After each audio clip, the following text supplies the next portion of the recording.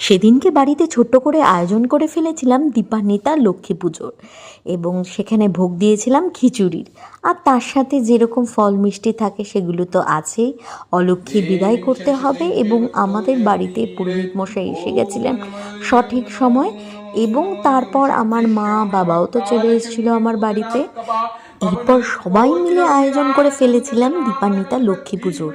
আর পুরোহিতের সেই জমজমাট গলার আওয়াজে আমাদের ঘর কিন্তু একদম মুখরিত হচ্ছিল, বেশ ভালো লেগেছিল। চলো এবার দেখাই কিভাবে অলক্ষ্মীকে বিদায় করলাম আমরা। বিয়ের হাতে তৈরি সেই অলক্ষ্মীকে আমরা বিদায় করতে যাচ্ছিলাম। সঙ্গে ছিল অবশ্যই কুলোর আওয়াজ। কুলো না বাজিয়ে অলক্ষ্মীকে তো আর বিদায় করা যায় না। যাও যাও যাও যাও।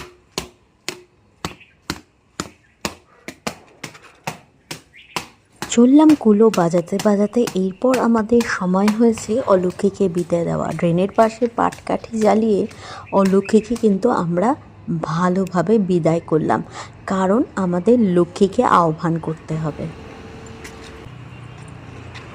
চলে এলাম আবার ঘরে। আর এই যে আমি একটু নিকু নিকু করে নিলাম, আমাকে কেমন লাগছে অবশ্যই জানিও। আর এখানে চলছে পুজোর তোড়জোড়। পুজো কিন্তু আমাদের শুরু হয়ে গেছে।